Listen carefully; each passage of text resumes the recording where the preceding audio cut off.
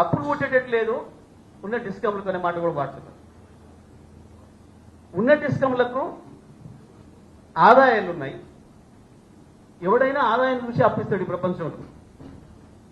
అప్పించేటప్పుడు ఎవడైనా చిన్నోడి నుంచి పెద్దోడి వరకు 10 రూపాయల నుంచి ₹1 కోటి ₹1,00,000 వరకు వీడు మళ్ళీ తీరుస్తాడా లేదా, ఎట్లా తీరుస్తాడని చూసే ఇస్తారు.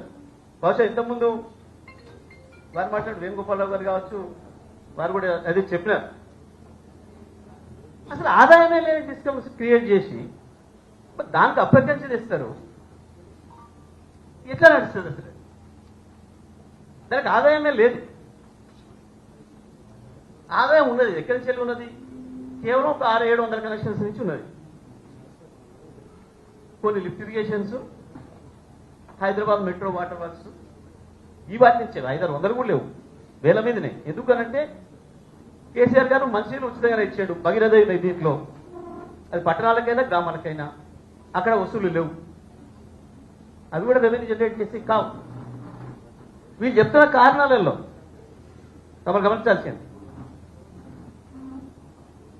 ఖర్చుకు రెవెన్యూ ఆదాయానికి తేడా వస్తుంది బాగా.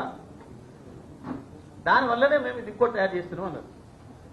మరి ఆదాయమే లేదు కాడ, ఖర్చే పెట్టాల్సిన కాడ ఇది ఎట్లా నడవాలి? ఎట్లా నడుస్తుంది? మీరు చెప్పే కారణం ఏది కూడా సరైనది కాదు.